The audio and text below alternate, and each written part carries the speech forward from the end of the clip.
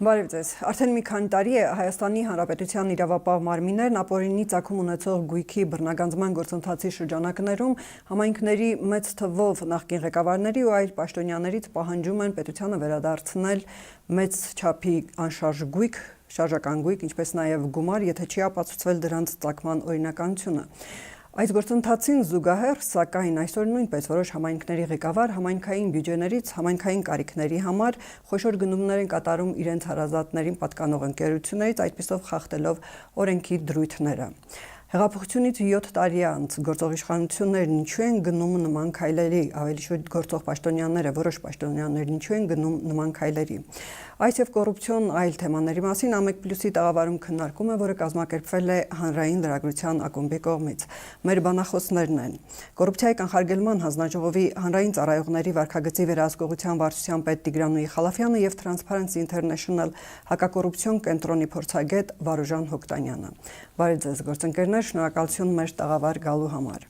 Մինչև կանդրադառնանք մեր բուն թեմային գնումներին, համայնքներում եւ այլ կառույցներում տեղի ունեցող հետաքրքիր երևույթներին, գումարների շրջանառության վերաբերյալ, անդրադառնանք մի փոքր Սահմանադրական դատարանի երեկվա որոշմանը, քանի որ բավականին թարմային, գիտեք, որ դատարանը ընդդիմության ներկայացմամբ ընդդիմություններ հայտ ներկայացրել, քննել էր մոտ 2.5, 3 տարի քննել էր այդ հայցը եւ Սահմանադրությանը հիմնականում համապատասխանող էր ճանաչել ապօրինի ծագում ունեցող գույքի բռնագանձման մասին օրենքը։ Պարոն Հոկտանյան, սպասելի էր դա,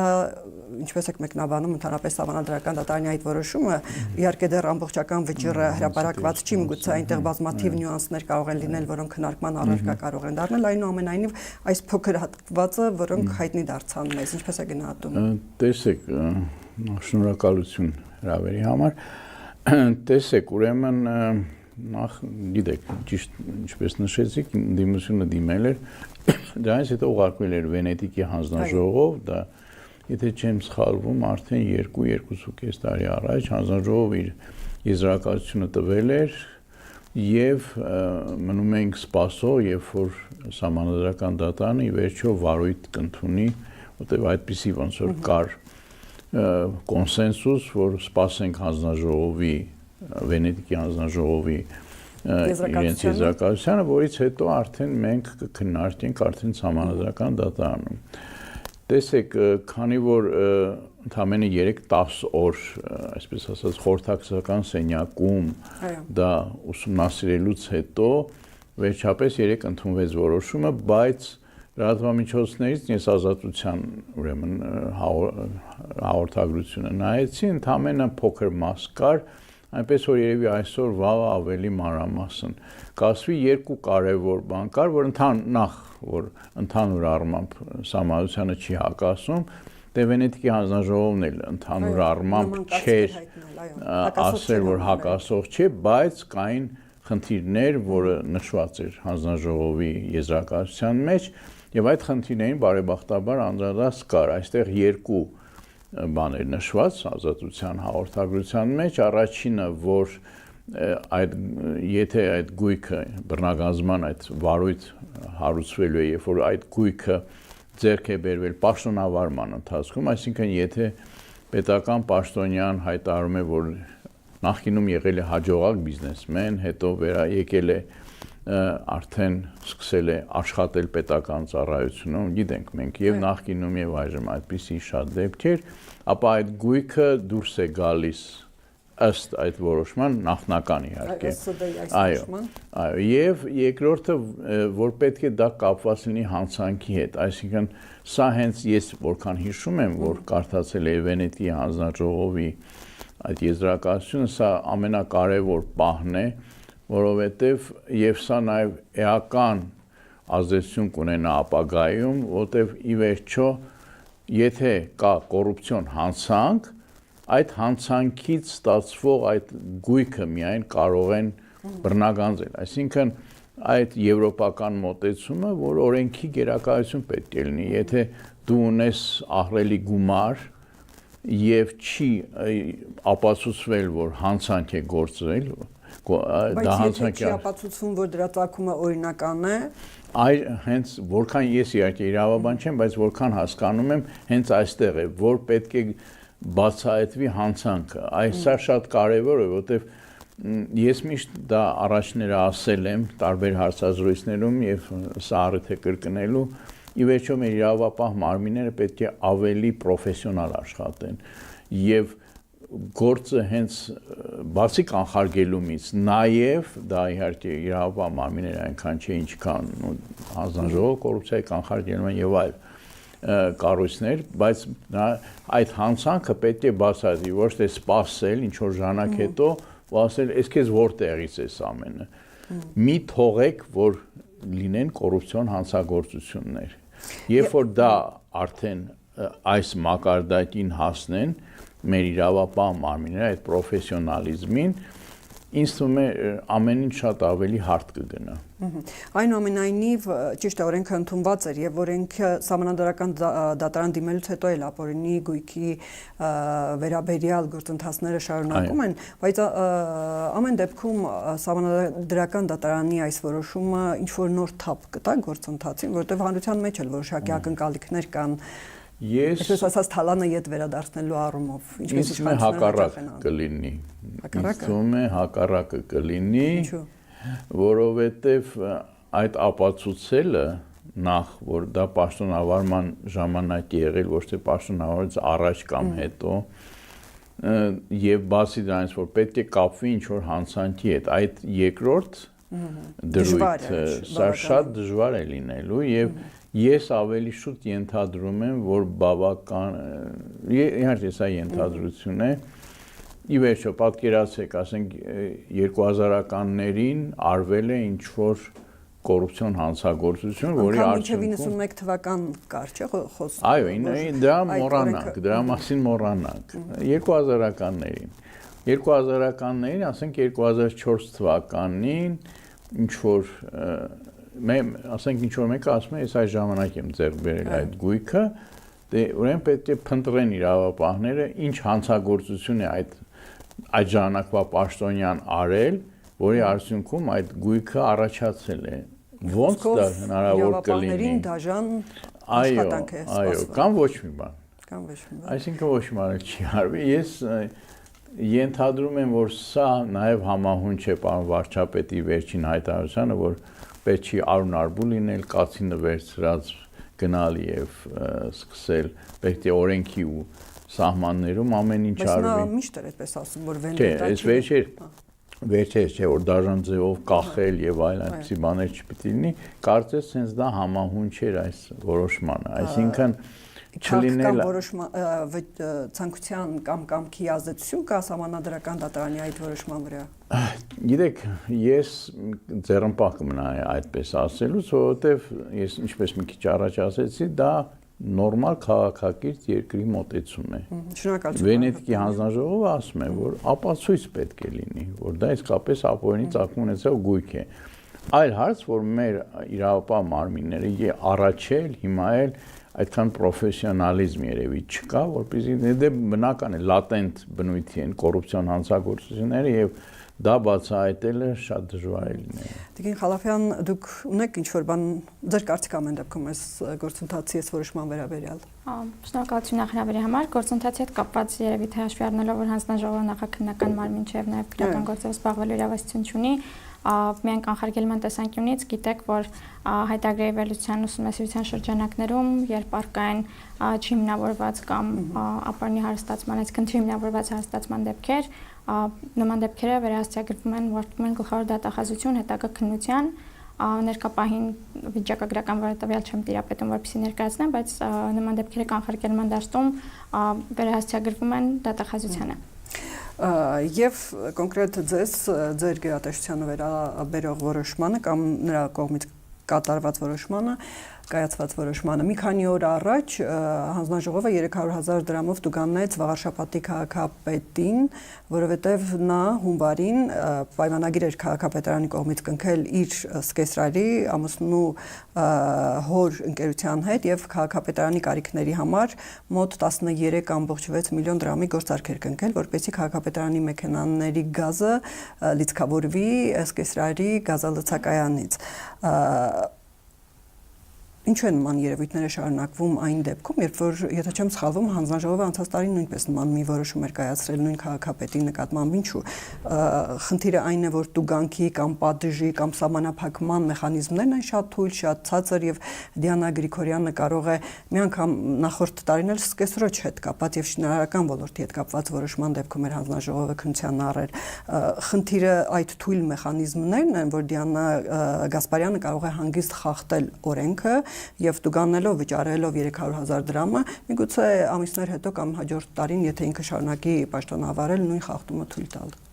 Տեսեք, ճիշտ եք նշում, սա Դիանա Գասպարյանի վերաբերյալ հանձնաժողովի կայացրած առաջին որոշումը չէ եւ նախորդ տարի ունեցել ենք համանման որոշում կրկին շահերի բախման վերաբերյալ հայտարարություն չտալու հիմքով կապված շինթույլտվությունների տրամադրման հետ արդեն մեդիահրապարակումների ուսումնասիրության մոնիտորինգի արդյունքում պարզել էր հանձնաժողովը, որ եթե չեմ սխալվում, հունվարի 27-ին Դիանա Գասպարյանը գնման պայմանագիր էր ստորագրել ամուսնու փաստացի ամուսնական հարաբերությունների մեջ գտնվող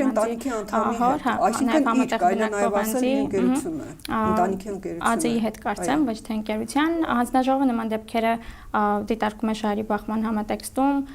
եթե գնման ընթացակարգի տեսանկյունից այլ առավիտ խախտում առկա չի լինում, մյուս մեխանիզմը գիտեք, որ հայտարարություն չներկայացնելու հիմքով վարույթներն են եւ այդտեղ 300,000 դրամը սահմանված չափն է վարչական իրավախախտումների վերաբերյալ օրենսգրքով։ Խնդրի տեսանկյունից կարծում եմ այստեղ ոչ թե հիմնական խնդիրը կամ առանցքային խնդիրը դա տուժի չափն է կամ դրա նվազ լինելը, այլ օրենսդրական բացերը գնումների ոլորտում, որոնք ինչպես նախորդ տարի նույն տաղավարում քննարկում էինք, ներկայում դեռ օրենսդրական փոփոխությունները նախագծային փուլում են, ինչի արդյունքում նույն հիմքերը ունենք, ինչ որ նախորդ քննարկման այդ օրենսդրական բացերի արդյունքում անգամ առաջի վճռի դեպքում, երբ որ սկեսրոջ հետ կապված այդ շահերի բախման դեպքում եք դուք որոշել տուգանել քաղաքապետին, նա տարեվերջին, եթե չեմ սխալվում, վիճարկել էր, չէ՞, ձեր որոշումը, այսինքն դա նույնպես օրենսդրական բացի բողոքարկումը օրենսդրական բացի չէ, բայց նաև իրենց հիմնավորումներն է առնչվում եւ ոչ միայն Տիկին Գասպարյանի կողմից, նաև ընթացքում այլ համայնքապետերի կամ պաշտոնյաների կողմից բողոքարկման դեպքեր բնականաբար լինում են եւ հիմնականում այն հիմքով, որ վերջիններս կամ նաև պարզաբանումների փուլում նշում են, որ առաջնորդվում են բացառապես գնումների մասին օրենքով, որտեղ շահերի բախման եւ փոխկապակցված անձանց շրջանակը եւ ընդհանուր կառուցակարգերը տարբերվում են հանրային ծառայության մասին օրենքից, բայց միաժամանակ հանձնաժողովի դիրքորոշումը նաև որ գնումների մասին օրենսդրությամբ պաշտոնյաները չեն կարող սահմանափակվել անտեսելով հանրային ծառայության մասին օրենքով իրենց վերադրված պարտավորությունները, մասնավորապես օրինակ հայտարարություն ներկայացնելը կամ հանձնաժողովի առաջարկի հիման վրա համապատասխան գործողություններ ձեռնարկելը, բայց իսկ եթե հայտարարություն ներկայացնել Դիանա Գասպարյանը, որ ինքը իր ընտանիքի անդամին պատկանող ածեից գնում է կատարել համայնքի կարիքների համար, դա կազատեր նրան այդ 300,000 դրամ տուգանքից։ Գործընթացը այսպիսինն է,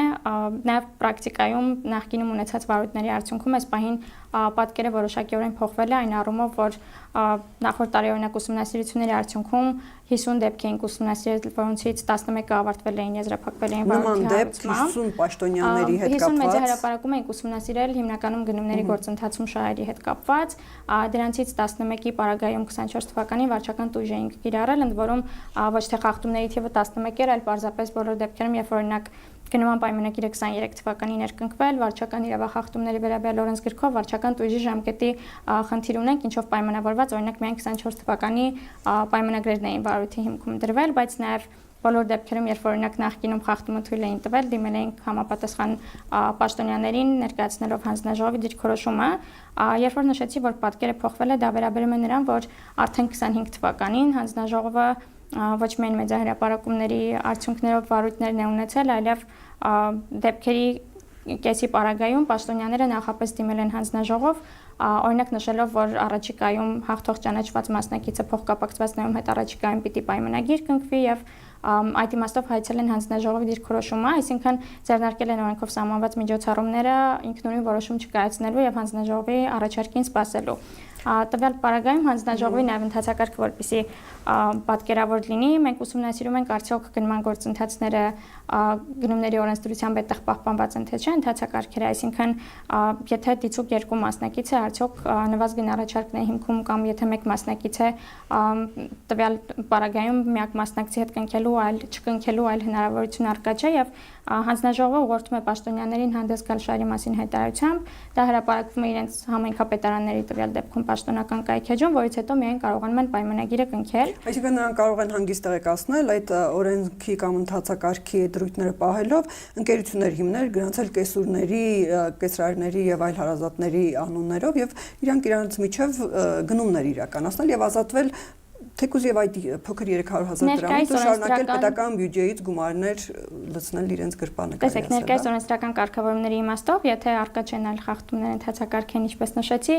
մյուս մեխանիզմը դա պարզապես հայտարարություն ներկայացնելն է փոխկապակցվածության եւ շահերի առկայության մասին, որից հետո կարողանում են օրինակ պայմանագիրը կնքել հրապարակայնորեն, բայց հաշվի առնելով, որ դա նաև կոռուպցիոն ռիսկ է պարունակում եւ խնդիր է ոչ միայն հանրային ընկալման տեսանկյունից, այլ եւ հանձնաժողովի եւ մյուս մարմինների պրակտիկայի, դրանով պայմանավորված էին գնումների մասին օրենսդրության փոփոխությունները ու կան նման առաջարկ, որ ամենախոհ դա խախտում համարվի, օրենքը փոխվի։ Օրենքը փոխվում է, բայց այլ ուղղությամբ, օրենքի փոփոխությունները իհարկե ֆինանսների նախարարությունը դեռ աշխատում է նախագծի վրա եւ գուցե այնինչ հիմա մոտավոր հայեցակարգային առումով նշեմ, վերջնական տեսքում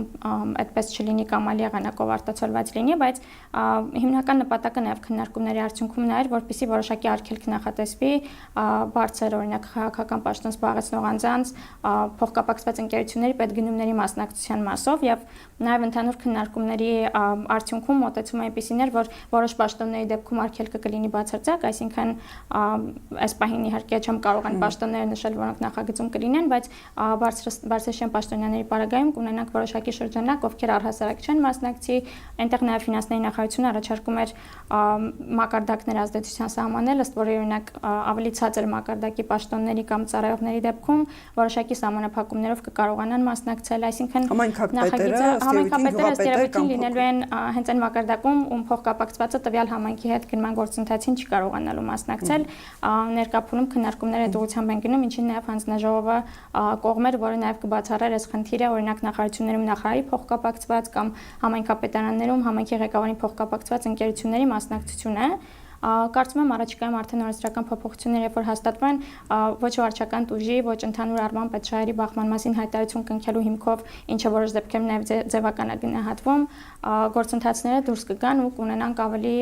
հստակ եւ հանրային ծառայության մասին օրենքի հետ համահունչ կարգավորումներ։ Առաջիկայում երբ Երևի թե այդ հարցի պատասխանը ֆինանսների նախարարությունը կկարողանա ստույգ տալ, հանձնաժողովը պարզապես մասնակցում է քննարկումներին եւ նախագծի վրա աշխատանքներին, ինչով պայմանավորված ընդհանուր կոնցեպտին է տիրապետում։ Թեկուզ եւ օրենսդրական որոշակի սահմանափակումներ չկան, որպեսզի ղեկավարները, համայնքի ղեկավարները կամ այլ գերատեսչությունների ղեկավարները պետական կամ համայնքային բյուջեների միջոցներով համայնքային ու պետական կարիքների համար գնումներ չիրականացնեն իրենց հարազատների միգուցե եւ հենց իրենց հարազատների անունով արդեն գրածված ընկերություններից եւ գումարներ չստանան իրենց ընտանիքների համար պետական բյուջեից, ինչու է դա տեղի ունենում ամեն դեպքում, թեկուզ եւ չկան այդ սահմանափակումները խիստ, ինչու են տեղի ունենում, չէ՞ որ հեղափոխական իշխանությունները հակառակ բոլորովին տարբեր հռչակումներով եկան, չէ՞ նպատակներով եկան, արդյոք այդ օրենքների բացը պետք է խանգարեր, որ նրանք սկզբունքային այդ քայլերին չգնային։ Տեսեք, սկսենք վերջից, այսինքն արդյոք այսպես պետք է անեին, արդյոք այս խոստումներն էին, որ 18 թվականին տրվում էին։ Ուրեմն հարցը շատ ավելի առաջի այսպես պարզ է թվում, բայց իրական շատ ավելի բարդ հարց է ինչու համար։ Ուրեմն նախ եւ առաջ ես երբ որ նույն սահմանադրական դատարանի այդ որոշման մեկնաբանություն տալիս էի, եթե իհարկե ազատությունը adekvat այդպես փոխանցել է այդ, կարևոր է տեսնել այդ որոշումը հենց սահմանադրական դատարանի կայքում։ Ես հիշում եք ասի, որ շատ լուրջ անելիքներ ունեն, եթե դա այն է, ինչ գրված է ճիշտ է, իրավապահ մարմինները։ Հիմա տեսեք ինչումն է խնդիրը։ Սա այս միտքը, որ ես կայացնում, առաջի այսպես կարող է թվալ բավականին պարադոքսալ, որ հենց հակակոռուպցիոն հասարակական կազմակերպության ներկայացուցիչն է դա ասում, բայց տեսեք, կան շահերի բախում հստակ։ Հիմա մենք ասում ենք, եթե փոխկապակցված անձինք են, ապա ուրեմն առաջին հերթին իմիջիայլոց փոխկապակցված անձանց բավականին լավ սահմանում կար 526 որոշումը գնումների օրենսդրության հիմնական ենթաօրենսդրական ակտը, որը չգիտես ինչու չէր մտցված օրենքում, այդ փոփոխությունները որ նշեց Տիկին Խալափյանը, այդ փոփոխություններով վերջապես դա հայտնվելու է նաև օրենքում, ինչ բան է փոխկապակցված անձ։ Հիմա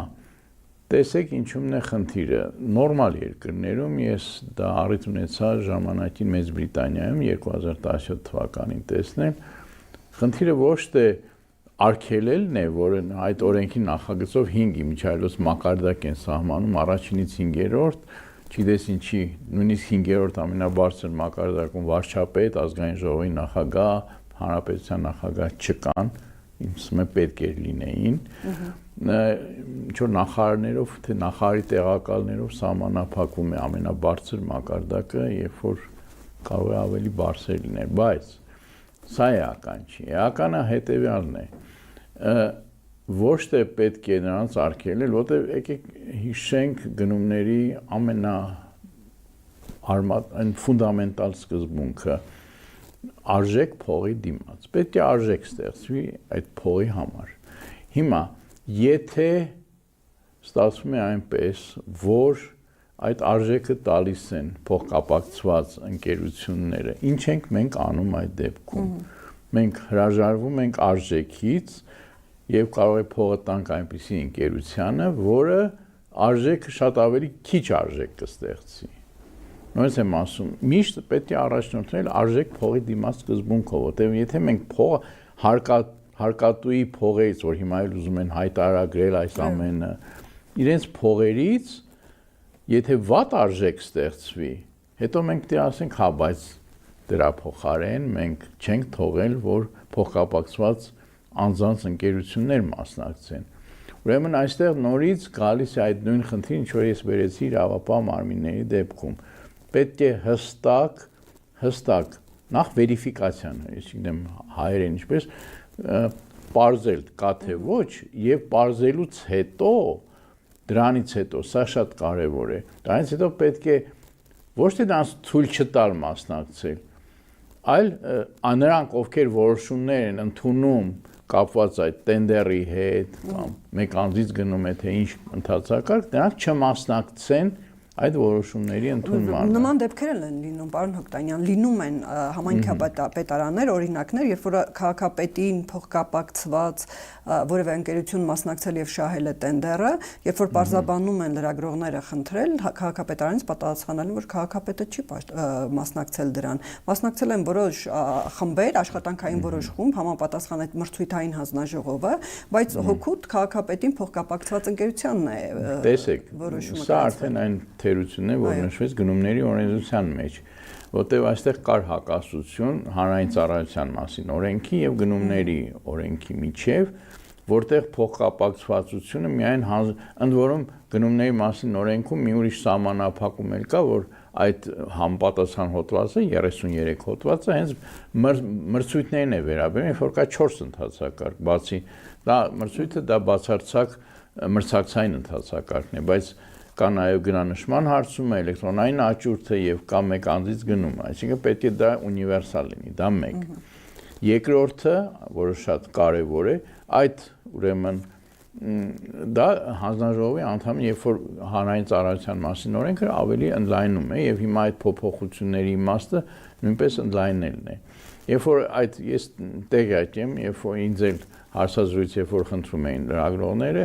նրանք ասում էին, որ օրինակ նույն X քաղաքի քաղաքապետը ասել է, բայց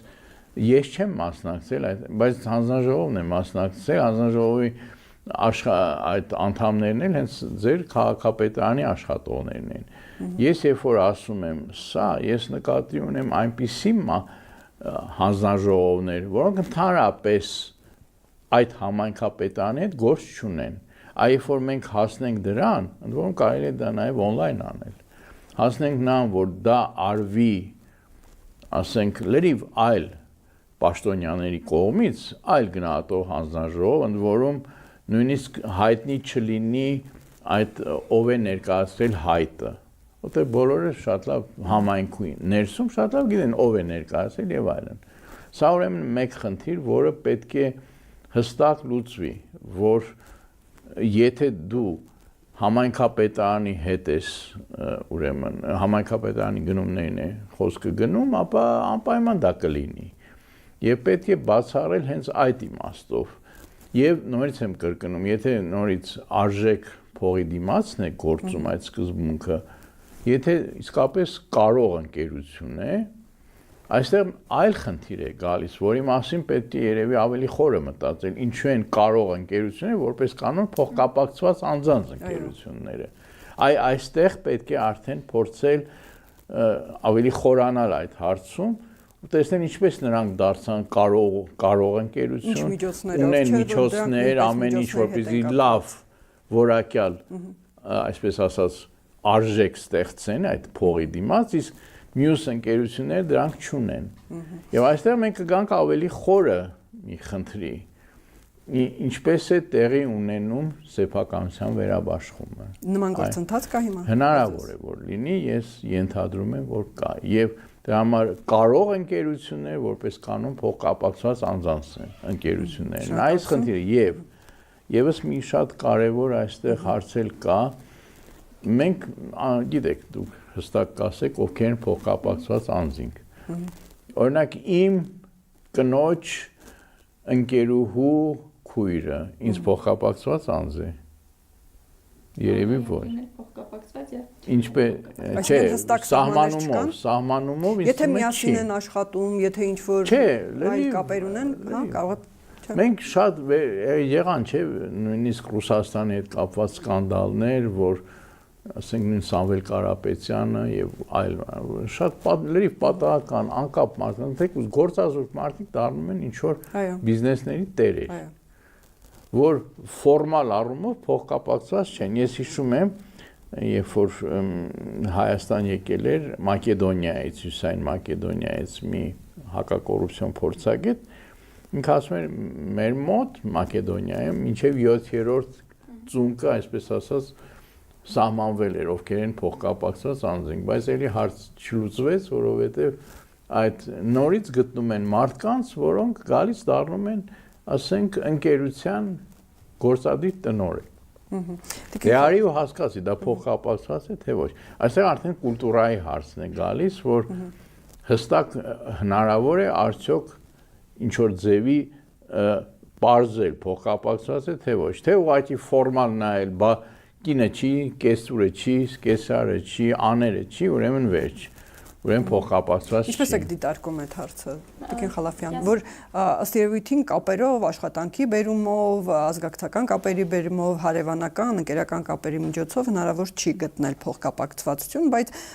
հանրությունը գիտի, որ այդպես է։ Պատասխանելով նաև զուգահեռ պարոն Հոկտանյանի հարցին փոխկապակցվածության հետ կապված, տեսեք, ներկայում հանրային ծառայության մասին օրենքով, երբ որ ընդլայնվեց նաև փոխկապակցված անձանց շրջանակը, ունենք եւ ազգակցական կապ ունեցող անձանց եւ ոչ ազգակցական սերտանձնական հարաբերություններ ունեցող անձանց, գործնականում նաև սերտանձնական հարաբերությունների մեկնաբանումը այնքան էլ հստակ չէ, բայց դրա հիմնական գնահատականը հանձնաժողովը կարողանում է տալ վարույթի շրջանակներում ու եթե օրինակներ ասեմ, որ նաև պատկերացնեք ինչպես է գնահատումը կատարվում, ունեցել ենք նորից համայնքային գնման հետ կապված դեպք, երբ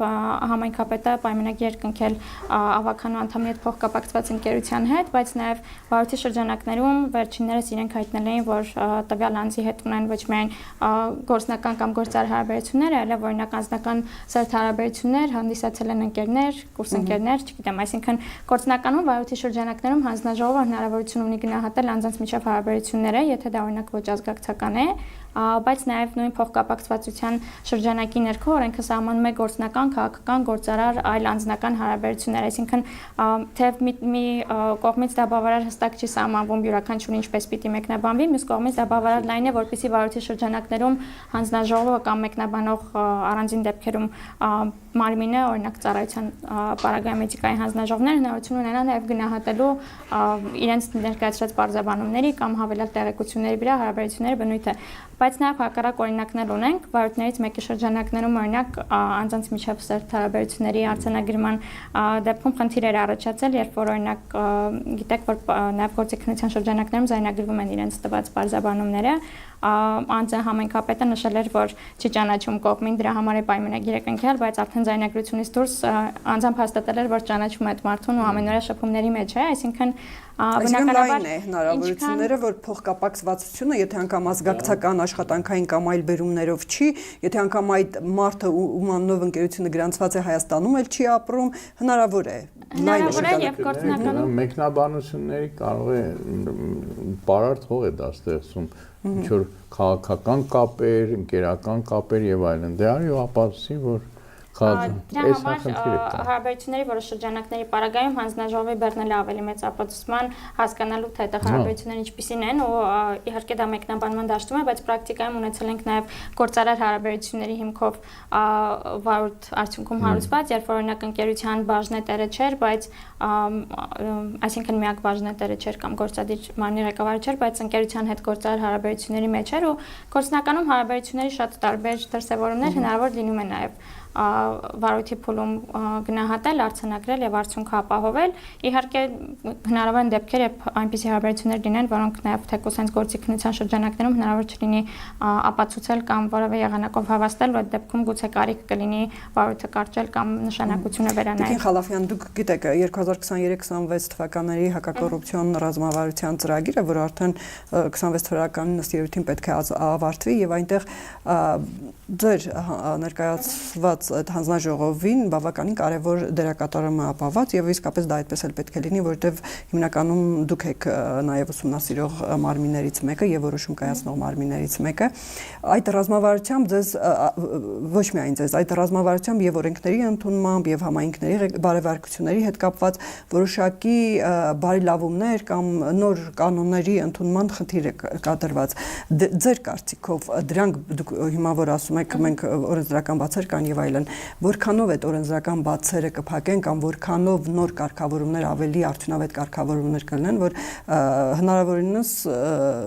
կմեղմեն այդ բացերը, որ հնարավորինս պաշտոնյաներին կզսպեն գնալ նման քայլերի։ Տեսեք, հենց հակակոռուպցիոն ռազմավարության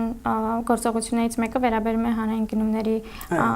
ընդհանրապես օրենսդրության վերանայմանը, ընդ որում գնումների վերաբերյալ ռազմավարական կետը շատ ավելի խիստ ձևակերպման է եւ ենթադրում է բացարձակ արգելք մասնակցության, ինչը նաեւ համաձայնելով պարոն Հովտանյանի փոփոխություններում, բայց ռազմավարության մեջ այդպիսի բան ավելի չնայած կար գործողությունների ծրագրում ինքը ամենայն դեպս ձևակերպումը, որը ես դեմ եմ այդ արգելք ասելուն Նաև համաձայնելով պարոն Հովտանյանի մտահոգության հետ բացարձակ արգելքը որոշ դեպքերում հետագայում գուցե մրցակցային այլ խնդիրների առաջ կանգնեցնի, դրա համար խնդիրը միայն բացարձակ արգելքի սահմանումը չէր, այլ այնպիսի մեխանիզմների, որ եւ մրցակցությունը չխաթարվի եւ հրապարակային լինի գործընթացները, բայց նաև ապահովենք, որ շահերի բախմամբ որոշումները կամ չկայացվեն կամ գոնե դրանց թիվը այնպեսին չլինի, ինչպեսին գործնականում հիմա է։ Պետք է բացառվեն, եթե կան կա շահերի բախում, պետք է բացառվեն այդ մարդկանց մասնակցությունը որոշումների ընդունմանը։ Նորից եմ ասում, լավագույն երևի լուծումը կլինի, որ այդ որոշումները ընդունվեն այդ համայնքապետարանից դուրս, այլ տեղում։ Երևի դա այդ դա էլ իդեալական չի, բայց գոնե, որտեղ իդեալականը կլինի, որ մեր մենտալիտետը փոխվի։ Ես նաև ավարտելով նախկին ձեր հարցադրման պատասխանը, բացի գնումների վերաբերյալ օրենսդրության վերանայումից, հակակոռուպցիոն ռազմավարությունը նախատեսում է նաև ընդհանուր բարեվարկության համակարգի տարի, այդ թվում շահերի բախման կառուցակարգերի վերանայում, դրանք գործնականում ամբողջության մեջ հնարավոր է տան որևէ արդյունք, բայց նաև եթե այնպիսի գործողություններ կամ օրենսդրական վերանայման արարություն կլինի, որը ռազմավարությամբ անգամ ամրագրված չէ, հանձնաժողովը նաև կարող է դրա վերաբերյալ օրինակ առաջարկություն ներկայացնել արտադատության նախարարությանը այլ գործընթացի շրջանակներում դրանց անդրադառնալու կամ հասցեագրելու համար։ Գնումների հետ կապված այս պահին քանի որ շատ ակտիվ այդ նախագծային քննարկումներ ընթանում են, նաև ազդեցության մակարդակների ներմուծման տրամաբանությունը դա էր, որ բացի արգելքի որպես այդպեսին սահմանումից, նաև գնահատվի պաշտոնյայի ազդեցությունը տվյալ process-ի վրա ու այն դեպքերում, եթե հնարավոր լինի օրինակ ներգրաված անձանց փոխարինել, թեկուզ հանձնաժողովի կազմում օրենսդրության վերանայմամբ հնարավոր է նման մեխանիզմներ լինեն, ինչը նաև պարոն Հոկտանյանի առաջարկի մի մասը երևի թե կներառի։ Պարոն Հոկտանյան, դուք եք ծանոթ ռազմավարությանը, առաջարկներն էլ, եթե չեմ սխալվում, Transparency International-ը ներկայացրել է այն ժամանակ, ամեն դեպքում եւ ռազմավարությունը որքանով այս մեր մտահոգությունները ռազմավարությամբ ընդունվող այդ ամբողջ գործընթացը երբ որ ավարտի որքանով այս նման երևույթները կբացառեն կամ արդյոք խնդիրը ռազմավարության մեջ է, կարող են լինել ռազմավարություններ շատ գեղեցիկ, բայց դրա կատարումը չլինի, մենք տարիներ շարունակ թե նախկին իշխանությունների դեպքում ենք տեսել, որոշ դեպքերում նաև հիմա ենք տեսել, ճիշտ է, հանրարդարության կարող ենք ասել այն թվերը, ինչ հիմա հրապարակվում են ապօրինի ծագում ունեցող գույքի բռնագանձման վերաբերյալ միլիարդների հասնող համայնքապետերը, թե ինչ հողեր կամ ինչ գույք են ձեռք բերել, որոշ դեպքերում արդեն ապացուցվել է, որոշ դեպքերում վնասի փոխհատուցում է կատարվել, որոշ դեպքերում իսկ ահռելի թվով դեպքերում դեռևս քննության ընթացքում են, այս գործող իշխանությունների դեպքում դեռևս նման թվեր չենք լսել ամեն դեպքում, բայց արդյոք ռազմավարություններն ու օրենքներն են, որ պետք է սահմանափակեն, նաև թե զուգահեռաբար ինչ-որ կամք է, պետք է այդ կամքը։ Լավ, սկսենք երևի սրանից, որ սա 5-րդ ռազմավարությունն է, գեղեցիկ բառեր, վերամբարձ, եթե չեմ սխալվում, երկրորդը գործող իշխանությունների այո, երկրորդը, 3 նախկինները նախորդ իշխանությունների ժամանակ, հետո 2 ռազմավարությունը այստեղ գեղեցիկ խոսքեր, գեղեցիկ ձևակերպված միջոցառումներ, այն 3-ի ժամանակ, ինչպես սայլը տեղից չէր շարժվում, ստագնացիա էր, այսպես ասած, երբ որ նայում են կոռուպցիային կալման համաթիվը, վիճակը վատ էր, համակարգային կոռուպցիա փաստորեն պարզվեց, որ կա եւ այլն։ Հիմա ես նույն խնդիրը տեսնում եմ հիմա, մի քիչ 18-19 թվերին, այսինքն մի քիչ էապես լավացավ, կոռուպցիայի ընկալման համաթիվը, դա էլ հիմնականում սպասելիքների, որտեղ երբ որ ընկալում կա, ընկալում է, երբ որ վերլուծում ես թե ինչ բան են, շատը նաև սպասելիքներից մեծ սպասելիքներ կային եւ դրա համար ընկալումը լավացավ, հետո կանգնեց։ Հենց այս ռազմավարության չէ, ավելի շուտ կանգնեց, դեռ նախորդի ժամանակ կանգնեց։ 24 թվականի տվյալներով 47 է մեր համաթիվը, որը կանգնած է։ 49-ը բարձրացավ, դա 20 թվին, ու հետո արդեն մի թեթևիչա ու չի ուզում բարձրանալ։ Համեմատելու համար ասենք, որ հարևան Վրաստանում այդ թիվը 55 է։ Մենք դեռ այդ մակարդակին չենք հասել։ Չենք հասել։ Տեսեք, կարելի է շատ գեղեցիկ բաներ գրել, շատ լավ մտքեր հայտնել, շատ գեղեցիկ ձևակերպումներով միջոցառումներ, ուրեմն ձևակերպել, օրենքներ ընդունել ու հետո այդ ամենը մնա թղթի վրա, դա մեկ։ Բացի նրանից, որ թղթի վրա մնալու վտանգ կա, այստեղ կա եւ այլ խնդիր, թե լավ, այդ օրենքը ինչ կտա այդ օրենքը, հենց նույն ասենք, եթե հակակոռուպցիոն ռազմավարությունից ենք խոսում, կոռուպցիայի կրճատմանը, ես չեմ ասում վերացման, աշխարհի ոչ մի երկրում դա չի վերացել ու դա մարդկային բնույթն է, որ դա կա ու կմնա։ Ուղղակի պետք է կառավարելի դարձնել այդ երևույթը, որ դա չվնասի ֆունդամենտալ ձևով հասարակությանը։ Հիմա արդյոք այդ գեղեցիկ օրենքները, միջոցառումները, որոշումները բերում են դրան։ Դրա համար կա պարզ բան, ազդեցության գնահատում կոչվում է, այդ անգլերեն դա այդ նրանց լեզվատնողությունում տարբերակում են output եւ outcome արտահայտությունը, այդ outcome-ը հասկանալ, impact-ը հասկանալ, անգլերեն բառերը եմ ասում, թե մեր լեզվատնողությունում ազդեցություն լավ, որոշ չափով կարելի ասել, դա պետք է հասկանալ։ Իսկ դա սովորաբար մարդկանց առօրյա կյանքում նրանց ընկալումները հասկանալն է, որը այնքան էլ լավ չէ, կոռուպցիայի կարելի է մեկ այլ հոյակապ գործիք, որ այժմ չի օգտագործվում մեր կազմակերպության եւ ֆինանսական վիճակի հետ կապված, այսինքն միջազգային ես նկատի ունեմ, կոռուպցիայի համաշխարհային բարոմետրը, որը հենց շարքային քաղաքացիների ընկալումներն էր ցույց տալիս, որ բավականին տխուր էր, վերջինը եղավ 16 թվին, նախկինների օրոք շատ տխուր տվյալներ էին, հիմա չի արվում։ Եթե արվեր, հետաքրքիր է ինչ կլիներ հիմա։ Ես ինչ նկատի ունեմ, երբ որ այդ ամենը արվում է, նախ պետք է հասկանալ, որքանով կա քաղաքական կամք այդ ամենը կյանքի կոչելու։ Այդ դուք ասեք, որքանով մեր իշխանությունները ունեն քաղաքական կամք։ Ես նաև մի քիչ տեսական մասը վերջացնեմ։ Ունենք այլ, խնդրեմ։ Ուրեմն տեսեք, քաղաքական կամքը միայն խոսքեր չեն։ Այսինքն հայտարարել, որ մենք առավոտից ցիրիկուն որտեղ տեսնում ենք կոռուպցիային սատկացնում ենք, դա միայն ասելը քիչ է։ Պետք են միջոցներ, լուրջ ռեսուրսներ տրամադրել։ Պետք է այդ պայքարը չլինի սելեկտիվ։ Այսինքն, եթե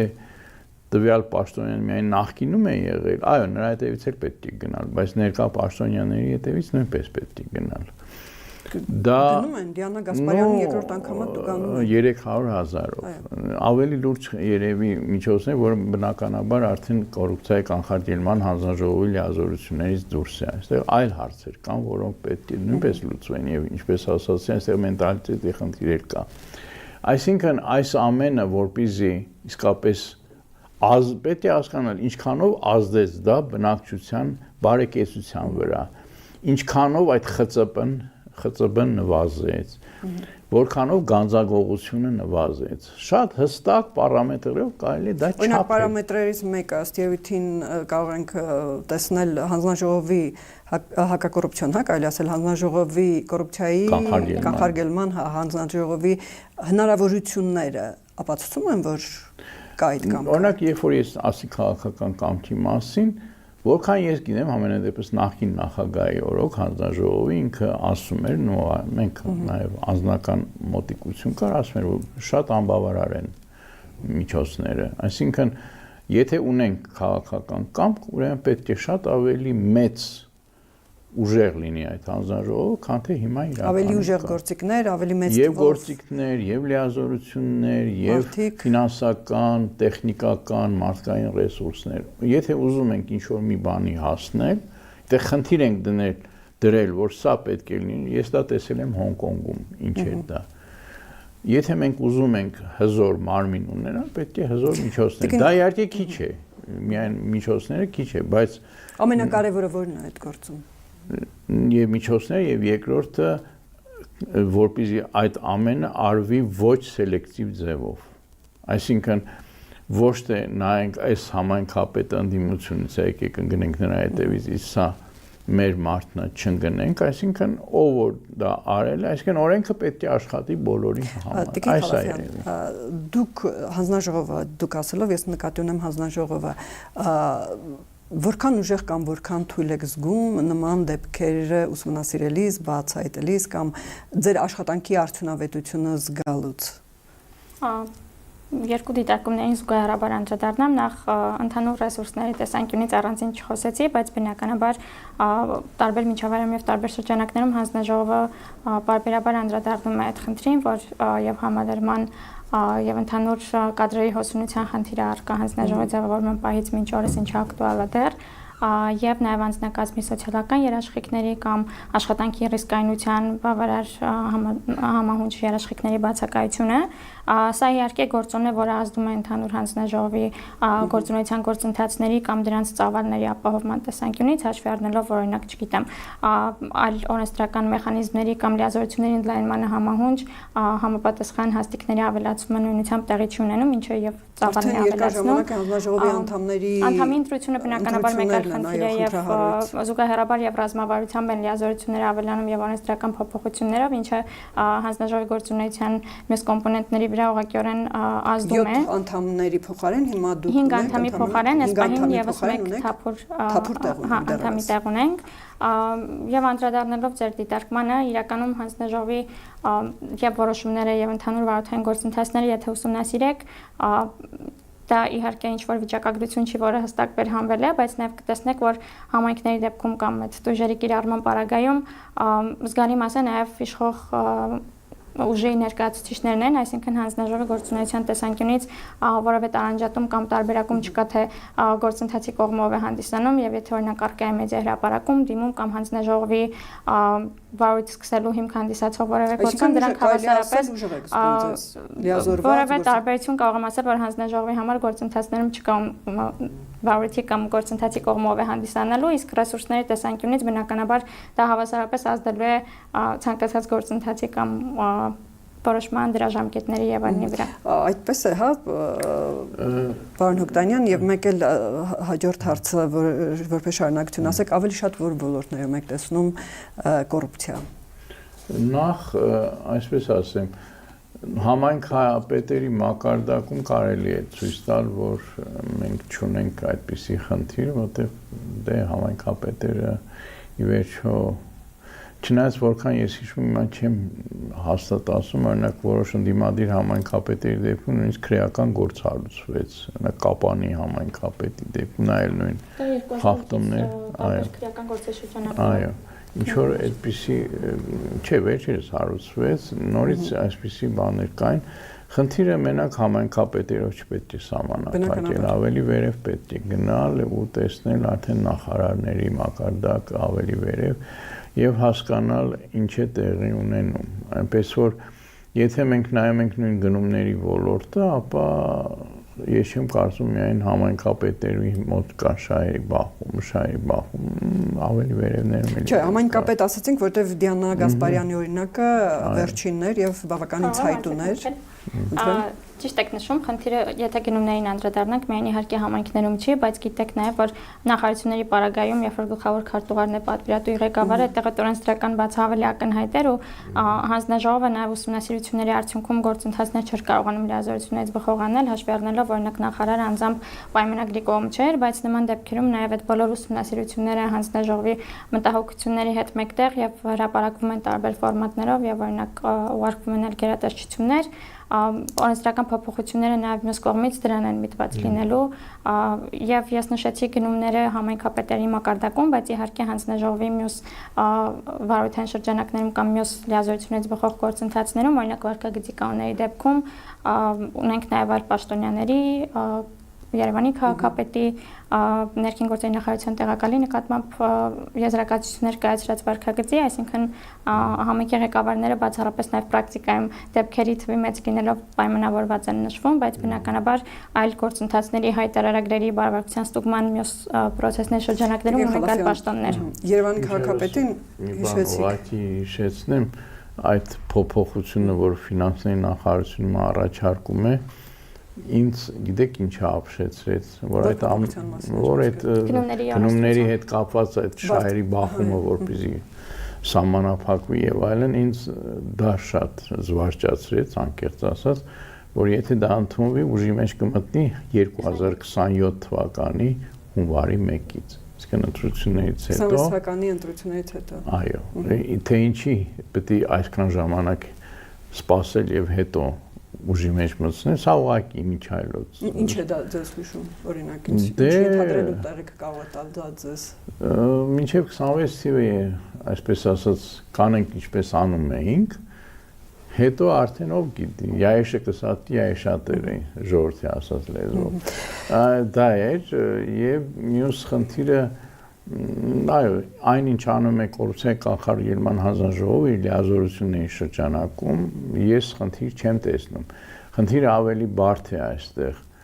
Կան բաներ, ինչպես անել, որպեսզի այդ ամենը լուծվի։ Շատ լավ, տուգանեցին Դիանա Գասպարյանին 300,000 դրամ, մեկ ուրիշին էլի տուգանեցին։ Հետո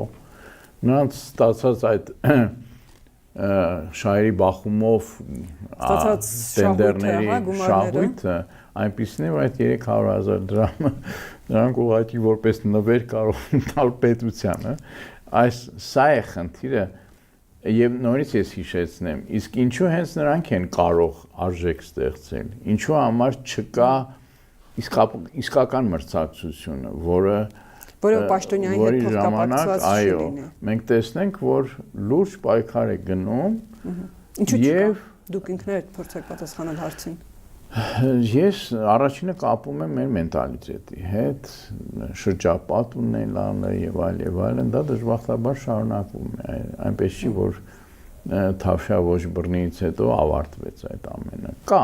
նորից կա, որ ասում եմ խնամի ծանոթ բարեկամ, այդ երևույթը մեջորքի մեջ նորից այդ հարցը տան, ինչու կա։ Նախ այստեղ էլի մենտալիտետի մեջ է, թե քաղաքական կամքի երկրորդը այո, չկա, չեմ տեսնում բավարար,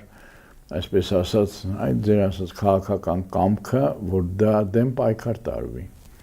Որտեւ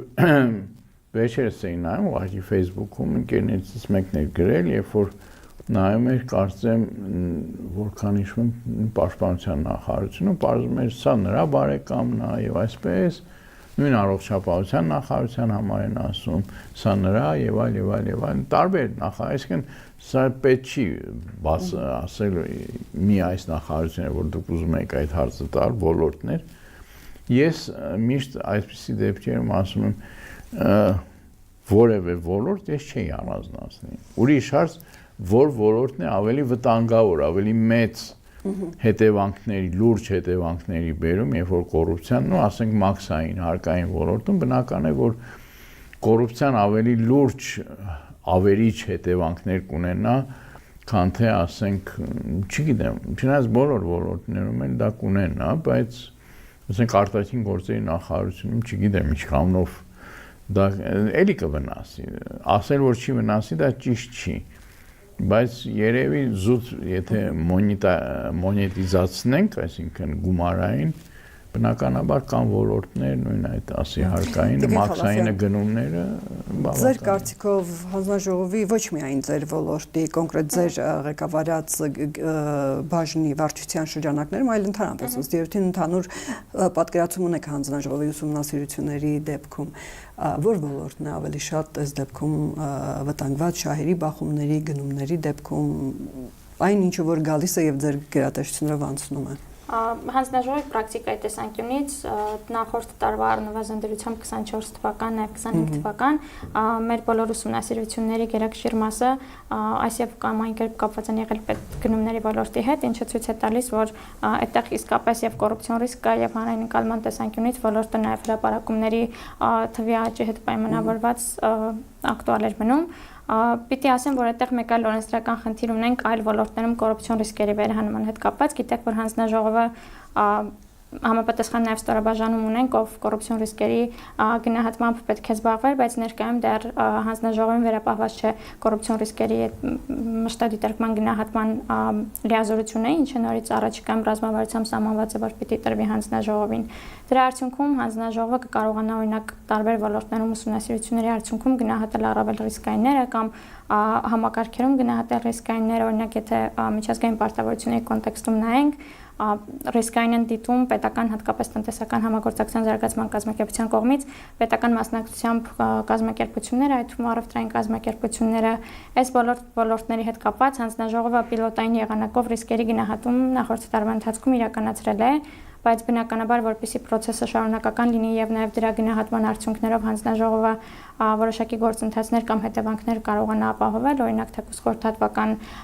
աշխատանք մարմինների հետ տանել, անհրաժեշտ է նաեւ օրենսդրական լիազորությամբ օժտված լինել, ինչը ներկա պահին հնարավոր չէ, այսինքն դեռևս տրված չէ հանձնաժողովին։ Դրա համար երևի թե ոլորտների տեսանկյունից պիտի միայն գնումները առանձնացնեն պրակտիկայում որպես դեպքում էլ է դեպքում վեր ոլորտը, գնումների դեպքում որ ավելի շատ որ ոլորտներում, համայնքներում, նախարարություններում, որ կրթական,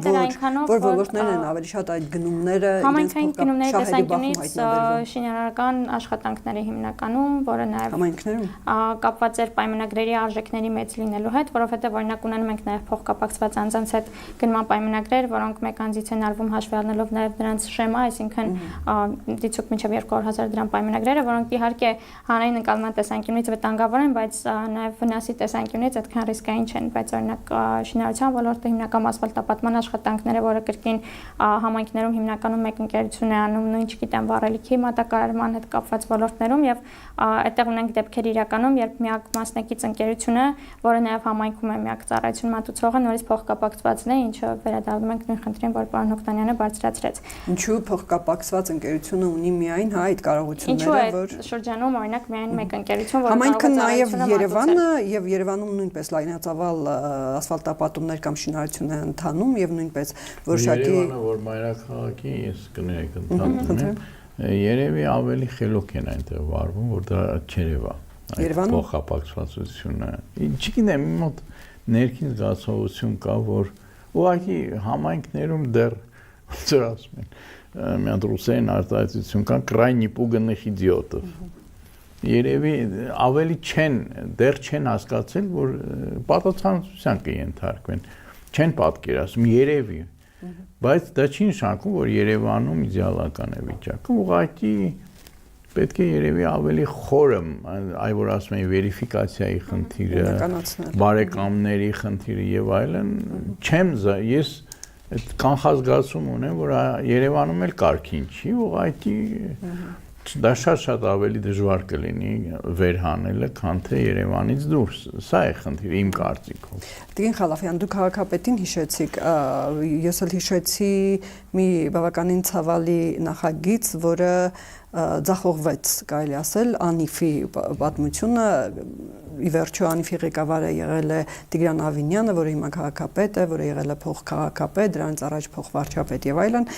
Միգուցե դա կոնկրետ ձեր ղեկավարած վարչության շրջանակներում չի, բայց ընդհանուր առումներով ըստ երևույթին տեղյակն եք։ Այնտեղ նույնպես հրապարակումներ կան, հետաքննող լրագրողները հրապարակումներ են անում, թե այդ Անիֆի ֆինանսավորումից Տիգրան Ավինյանի կամ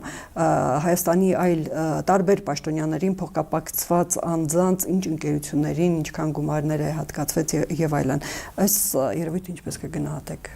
Նշեցի, որ նաև պետության կողմից հիմնադրված կազմակերպությունների կամ հիմնադրամների ոլորտում ունենք բավականին մեծ ռիսկեր եւ դրանցից մեկը նաև ձեր նշած կազմակերպությունն է։ Գործի բոլոր մանրամասների ռիսկերի գնահատման տեսանկյունից չեմ տիրապետում, բայց տեղյակ եմ, որ հանձնաժողովը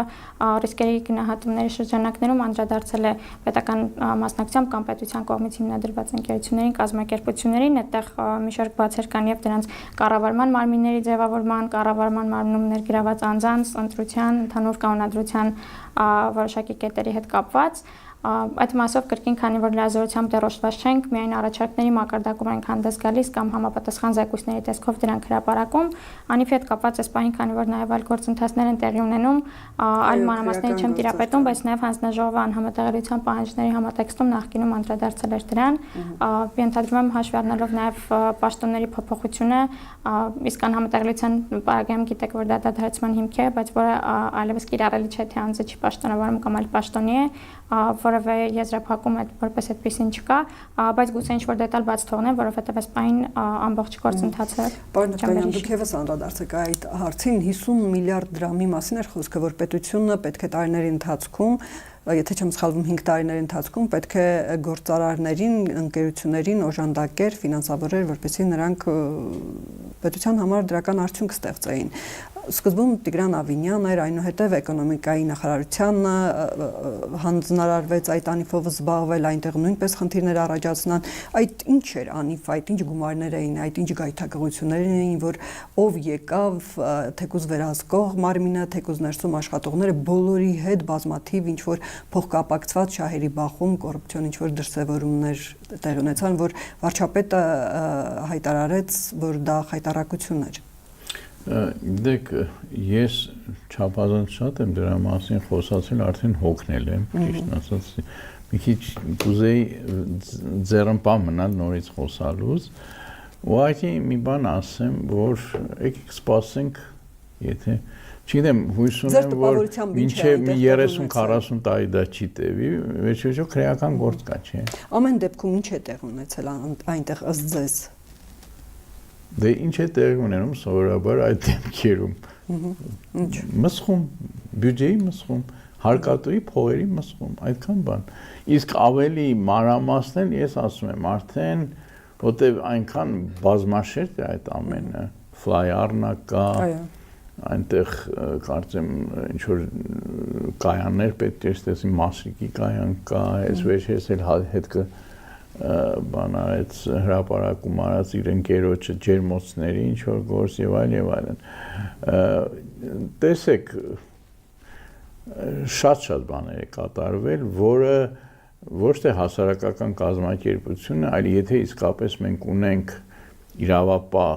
լուրջ համակարգ, սկսած հակակոռուպցիոն կոմիտեից, որը գիտեք, որ բավականին լուրջ աշխատավարձեր է ստանում այնտեղ քննիչները եւ պաշտոնյաները, նրանք պետք է հստակ ապացուցեն, որ իրենք ստացած աշխատավարձը իզուր չեն ստանում։ Հակակոռուպցիոն կոմիտեի նախագահը մի քանի ամիս առաջ հրաժարական տվեց կամ պաշտոնանք արվեց, չեմ կարող ասել, որն էր խնդիրը ձեզ չեղավ բովանդակալից բացատրություն, թե որն էր խնդիրը, այդ հայտնի SMS-ների պաշտոնանկությունների շրջանակում։ Չէ, գիտեք, ես չեմ կարող մեկնաբանել անմեկնաբանել։ Մի քիչ դժվար է ասել, թե ինչու այդպես եղավ։ Ну, ով որ արեց, այդ հրավիրեք այստեղ եւ հարցրեք ինչու եղավ, բայց ես չգիտեմ, որտեւ իսկապես այնպես չէր, որ ասենք նախկին նախագահ պարոն Խաչատրյանը ինչ որ մի բացառիկ վատ բաներ արել, խայտառակ էր եղել ու ստացել էր այդ SMS-ը։ Իսկ դա համար եմ զարմացած, ինչու ստացավ նա։ Եվ չգիտեմ, ասում եմ, այնքան վարկած կարող է լինել, որ եկեք դրա մեջ չխորանանք։ Ավելի շուտ կենտրոնանք նրա վրա, թե որքանով արդյունավետ է աշխատում այդ մարմինը։ Հասկանանք ի վերջո, ես նորից ասացի, ասեց Տիկին Խալափյանը, կոռուպցիոն ռիսկեր ենք, դուք պետք է երբ որ օրենսդրի այդ ընդունվի այդ փոփոխությունները։ Ես անկեղծ ասած մի քիչ մտահոգ եմ, չասեմ սարսափած եմ, գիտեք ինչի համար, որտեվ երբ որ դա ընդունվի, դուք կվերհանեք այդ ռիսկերը, հետո ինչ է լինելու։ Ռիսկերը վերհանեք։ Հիշում եմ միշտ խորհրդային տարիների անեկդոտը, որ կոլխոզները կառուցված են, ուղարկեք կոլխոզնիկներին։ Հիմա ռիսկերը վերհանվեցին, հետո ինչ պետք է արվի, այսինքն կա արդյոք բավարար քաղաքական կամք, որպեսզի այդ ռիսկերի, վերհանված ռիսկերի հետևից գնան արդեն իրավապահ մարմինները ու սկսեն տեսնել այդ ռիսկերը, որտեղ ռիսկը ամեն քայլափոխին կա։ Խնդիրը հետևյալն է, որ այդ ռիսկը չդառնա չակտուալիզացվի, այսինքն չդառնա կոռուպցիոն հանցագործություն, որտեղ ռիսկը միշտ կա։ Բայց ճշգրտում անեմ, եթե կարելի անիվի հետ կապված, նաև գործընկերներս հուշեցին վերջնարցունքի հետ կապված, հանձնաժողովը նախկինում անհամատեղելիության վարույթ էր հարուցել։ Հասցրեցին հուշել։ Ահա, անհամատեղելիության վարույթ էր հարուցել, որը կասեցվել եւ ուղարկվել էր գլխավոր դատախազություն։ Ես պարզապես ուզում եի վերհիշել, արդյոք դրա արդյունքով էր գործը նաև նախաձեռնվել, թե չէ, այդ մասով նաև որպես տեղեկատվություն։ Շնորհակալություն Տիկին Խալափյան, ամփոփելով, ճիշտ է, դուք մի կոռուպցիայի դեմ պայքարի հայտնաբերման եւ սահմանափակման մի մարմինի ներկայացուցիչ եք, ըստ երևույթին դուք նաև այդտեղ աշխատելով գիտեք կոռուպցիայի դեմ պայքարի մյուս մարմինների առաջացած ինչ որ խնդիրներ, թեկուզ եւ աղոտ կերպով, ոչ լիարժեք կերպով, ամեն դեպքում ռազմավարությամբ նախատեսված այդ գործողությունները 1-2 տարվա ընթացքում իրականացնելուց եւ արդեն ընդունելուց եւ իրականացնելուց հետո ձեր կարծիքով հնարավորինս կսահմանափակվեն այդ երևույթները, ղեկավարները դրանք լինեն համայնքների կամ այլ գերատեսչությունների ղեկավարներ, բարձր պաշտոնյաներ կձգվեն, այսպես ասած, եւ փոխկապակցված ընկերությունների միջոցով չեն փորձի պետական համայնքային բյուջեներից գումարներ ստանալ, ինչպես է ձեր կանխատեսումը, սպասելիքները։ Իհարկե ցանկալի ակնկալել ավելի լավ արդյունք, նաև մյուս մարմինների հետ համագործակցությունը այս պահին բնականաբար նորմալ ընթանում է, բայց նաև բոլոր դեպքերում, եթե օրինակ ընկերությունները ռիսկային են դիտարկվում կամ նախաձեռնում են քրեական գործեր, գուցե հենց նորից օրենսդրական մակարդակում գնումների գործընթացներում պետք է վերանայվեն իրենց մասնակցության սահմանափակումները, որովհետև պրակտիկայում օրինակ դեպքեր են ունենում, երբ որ քրեական գործերով մասնող ընկերությունը մասնակցում է, շարունակում է մասնակցել պետգնումներին, հաշվի առնելով, որ պայմանագրի կասեցման գործընթաց իրականացված չէ կամ սկսված չէ, այսինքն կանխարգելման տեսանկյունից որքան էլ որ գործընթացները իրականացվեն եւ ապահովեն, առաջ տա նաեւ դրա մյուս կոմպոնենտը ապահովել, ինչը իրավապահ մարմինները պետք է անեն եւ հուսամ նաեւ ռազմավարությամբ իրենց վերապահված գործառույթները ամբողջ ծավալով կիրականացնեն, գուցե նաեւ արդյունքում համալիր գործողությունների պատկերը որոշակիորեն կփոխվի ապագայում։ Եվ դուք ամփոփեք, պարոն Հոկտանյան, իհարկե դուք ձեր խոսքում որոշ բաներ ասեցիք, ինչ է պետք անել, որպեսզի դուք եք ասում, որ ամբողջ աշխարհում էլ կա եւ հնարավոր չի դա բացառել, բայց այն պետք է կառավարել, ինչ է պետք անել հնարավորինս կառավարելի դարձնելու համար։ Ես երկու հիմնական բան արդեն ասեցի. քաղաքական կամք, որը նշանակում է բավարար ռեսուրսներ եւ ոչ խտրական մոտեցում։ Սա առաջին եւ երկրորդը ես վստահ եմ դառնում եւ այդպես եղավ նաեւ Վրաստանում, որ այդ հաջողությունները եղան, որպեսզի այդ ամենը արվի շատ հետեւողական ձևով, այս որ նշեցի, կոռուպցիոն ռիսկ են վերհանում, հետո դրանից հետո այսինքն այս ամենը պետք է նայել համակարգային ձևով։ Կոռուպցիայի դեմ պայքարը, հակակոռուպցիոն քաղաքականություն դա համակարգ է։ Դա միայն կոռուպցիոն ռիսկ վերհանել չի, դա միայն հայտարարիր վերլուծել չի։ Դրանից հետո եկող քայլեր կան, որոնք իրար հետ կապված են, դա մի ամբողջ համակարգ են։ Պարոն Հոկտանյան, կներեք ընդհատելու համար, դրանից հետո եկող օղակն էլ կարող է լինի դատական կամ քննչական մարմինները այդ ուղղությամբ, թեկուզ միայն զուտ կոռուպցիոն գործերի տեսանկյունից, կոռուպցիոն տեսանկյունից,